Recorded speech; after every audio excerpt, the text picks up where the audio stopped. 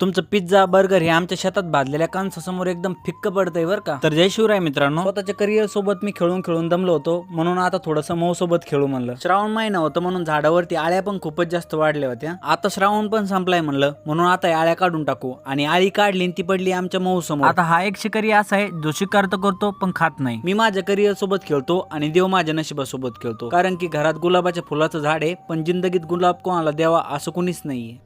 अरे कहना क्या चाहते हो? माझ्या वयोगटातील मुलाला माउंटेन ड्यूचं कधीच काम पडत नाही, कारण की यंग एज ही एक अशी गोष्ट आहे जिथं प्रत्येक सेकंदाला वाटतं की आज कुछ तुफानी करते। म्हणून आम्ही डायरेक्ट निघलो शेजाऱ्याच्या शेतामध्ये मकाचे कणस आणायला। हा पण परमिशन घेतलेली होती बरं का त्यांची। कणस वगैरे सोलून रेडी केले आणि आता आम्ही कामाला लागलो चूल पेटायच्या, जे की सगळ्यात मुश्किल काम आम्हाला जाणार होतं। मग फायनली खूप ट्राय नंतर आम्ही चूल पेटवली पण, कणस भाजवले पण आणि आता आम्ही कणस खायला सुरुवात पण केली। आता आम्ही कणस खातो, तोपर्यंत तुम्ही व्हिडिओला लाईक आणि चॅनलला सबस्क्राईब करून घ्या। आणि आणखीन मोठी व्हिडिओ पाहिजे असेल तर तुम्ही इंस्टाग्रामला जाऊन मला फॉलो